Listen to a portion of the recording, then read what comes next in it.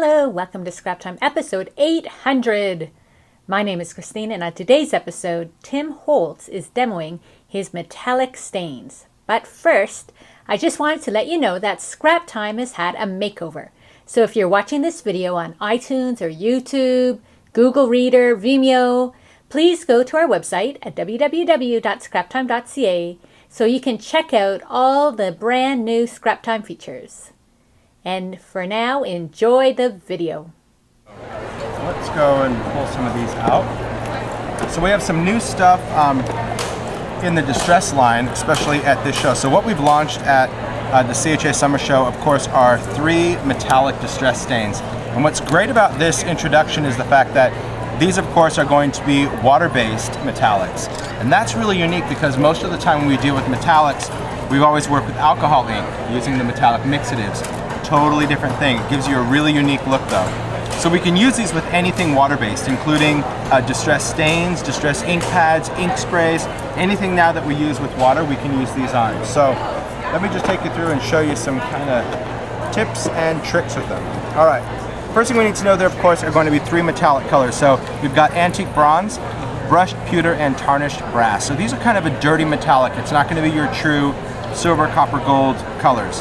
When you work with them, we shake them up. There's a mixing ball. Now let me just show you on something printed. Like this would work on paper. This would even work on things like tissue tape, which is cool. So what's nice about this particular stain is the fact that when I go over this, it's going to give me a semi-translucent effect. So I can go metallic right over it and still see print. So if I went over paper, you can see that I can easily go over with this metallic shine. The more I apply, the more opaque it can become. If you want to blend out lines, then while it's wet, just go in with a paper towel or a cloth or anything like that, and you get that instant metallic shine right over it. But you can still see through it, so depending on how many layers you add, that's really going to determine its opacity, which I think is nice. And it gives it a really great metallic finish. That being said, I can also use it in conjunction with distress to create some cool backgrounds. So here's how we're going to use this. Let me peel this off. I'll get out of my way. Just a little demo, that's all. So here I'm going to take some of that and I'm just going to apply some right to my craft sheet. And then I will take some stains and I'm just going to apply those as well. Now if you didn't have the stains, like I said, you can go right in with your distress ink pads and do exactly the same thing, or any other type of water-based ink. Put a little bit of Just a Concord on there. So next I'm going to take some paper. In this case I'm just going to take a tag, but it could be any kind of paper. You can do cardstock. And I'm just going to start swiping through this. And this is going to create a really cool background really quick, just with my metallics. And the more I swipe, the more it's going to blend. And I'll start drawing this. And you can see kind of that great little sparkly look. Now let me find my little spray bottle. You can use a mini mister, a regular mister. You can use anything with water. But here's what's great about it being water-based, is if I go in and I spritz it with water, it will react the same way that the distress ink does, because it is a water-based metallic stain. So all those little drips and reaction that we would normally see out of the inks, we see out of the metallic stains. So I'm just going to dry that. So you started with the silver too? This one, yeah, this one happened to be the brushed pewter that I put on there.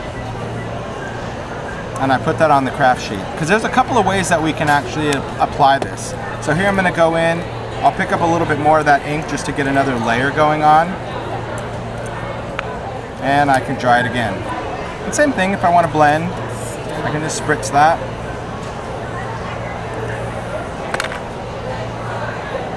So we'll just dry this up. And we could let this air dry just the same. So I'll swipe this up. I can use the metallic stains on a variety of things. You can use it on ribbon, you can use it on fabric, you can use it on paper, anything that you would normally use the stains on, anything porous.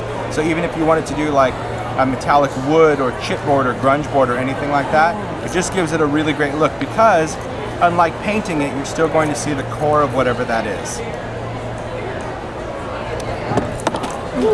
Nope, that's fine. That can stay down there. So here we're going to wipe this up. So there's our finish. So you can see that really great kind of luminous look to the metallic. It's very different than, say, using a perlite spray. but it really has that nice, great finish on there, and it's not all gonna smudge off, which is cool. So I can also use this, shake this up, and I can go around the edge if I want. So I can swipe that if I want to, and I can also go in and just use a towel or anything like that and blend out the edge if I want, or dry it. So it's really up to you. You can also go in with these stains and you can stamp with them. So I could take these, shake them up, swipe it on a rubber stamp, and stamp in my metallics on dark cardstock, the way we would stamp like with the white picket fence, because it's going to give us that really cool opaque look. So if I didn't want to create a background this way, another way that I could create a background would be that I can go in with some paper, and maybe I want to start, let's go in, and we'll start just by wetting this down. So I'm just going to spray a little bit of water right onto a surface. I'll take another stain, I'm going to shake it up, and I can apply it directly onto a surface, and you can see that it wicks out the same way the other colors are going to wick. But I can then go in and add some other colors. Let's see, let's go for red. Add a little aged mahogany here as well. And let's see, do a little green too, a little peeled paint. Now I can take this and just swipe through this too, just to start blending some of that color out. Cool.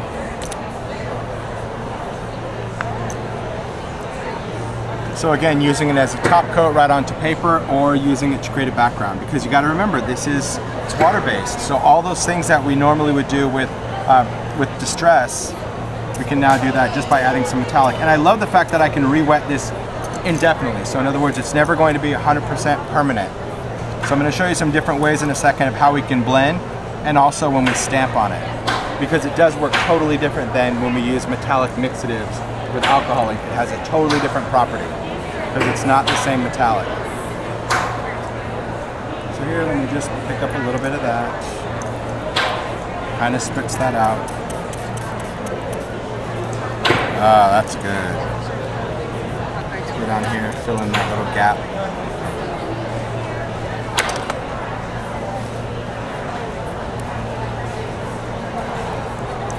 This heat tool's so quiet.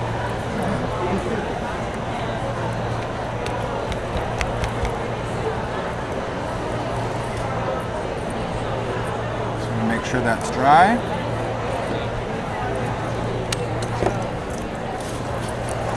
Okay, so here we have a totally different look you can see to that metallic. So this one is going to be, I love this color. This is really, really great. It's going to be that antique bronze, and it really takes on a different subtle effect because we went onto the paper versus this one where we printed everything through it. So when we work on this, here's a couple of things to note about how we tie these in, maybe back to our ink pads. The beauty of this is I can go in with my Distress inks, any of the colors that we may want to work with. I'll grab a few just so I have them. And let's say I wanted to add, I don't know, maybe a little bit of peacock feathers in here. Well, what you have to understand is this. This is always going to re-wet with water because it is water-based. So if you use your blending tool with your Distress pad, you will start to transfer some of that metallic onto your pad.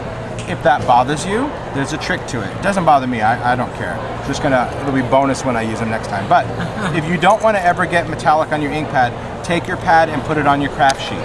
That becomes your palette. It's also a great way because I get emails a lot from stores saying, you know, I love to teach with inks and I want to teach with Distress, but I don't have the budget to give everyone different ink pads. This is a great way to do an inking class. You can have a small amount of ink pads, everyone works on a craft sheet, pass them around the room, everyone makes a palette first, and then they can have their blending tool and they just pick it up, whatever color they want, and they can just start working with that color. So this way they don't always need that ink pad there to go into it. That ink is going to stay wet on that craft sheet indefinitely and allow them to use it as a palette. Yeah, you really made me feel stupid for not thinking of that myself. Oh, listen, it's all right. So here I can put some color on there, and this tool, you can see it's got the metallic, so I can either go in and just wipe this off, or I can just rinse this out and clean it, either way. But then you won't have to worry about transferring metallic back. This is always going to re-wet as well, so I'm going to go in, let me find the little spray of my mini mister, and just flick on a little bit of water on that, and just give that a quick dry. But yeah, using your craft sheet as a palette, really affordable in a store. It's such a simple thing. Because you can have one set and just say, all right, I'm just going to pass these around, start swiping the colors you want, and there's your palette. But you can see how it even goes through not only the ink layer I just put on, but it will still re-wet the metallic stain and the stain color that we started with. So let's stamp on this, because I want to show you that. So I'm going to go in. Oh man, I'm dropping everything. Oh, thank you. Oh, thanks, sir. So I'm going to go in and we'll pick up a stamp. Let's take our snowman. He's a good one. We'll place this down. And I'm going to stamp with Archival Ink, because I want to stamp with something that's going to be permanent. Of course, you could stamp with another distress if you want to. I'm going to go in, give this really good pressure, because we want to make sure we get a nice image on there, and lift it off. I love this new Blueprint series. Really fun stamp. But you can see how great that stamps right on there. Fun. It's cool. It's a good look.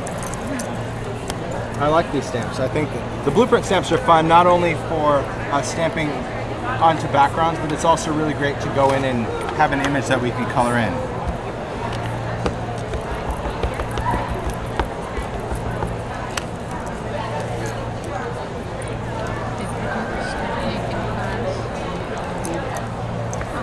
Yeah, fun. Cool stamps. So, did you like that tag that Tim made? Well, of course I have it. Tim has signed it, and we are giving it away. So check out our site to find out how you can win it, but that's not all. I also have Tim signed mini Blueprint stamp set. You can win this as well. So both things are up for grabs today, and this gives you the perfect opportunity to check out our brand new site. So visit www.scraptime.ca to find out how you can win one of these two prizes. And on our next episode, I'm going to be showing you the Fancy Pants Country Boutique collection. So please join us. Thanks for watching Scrap Time.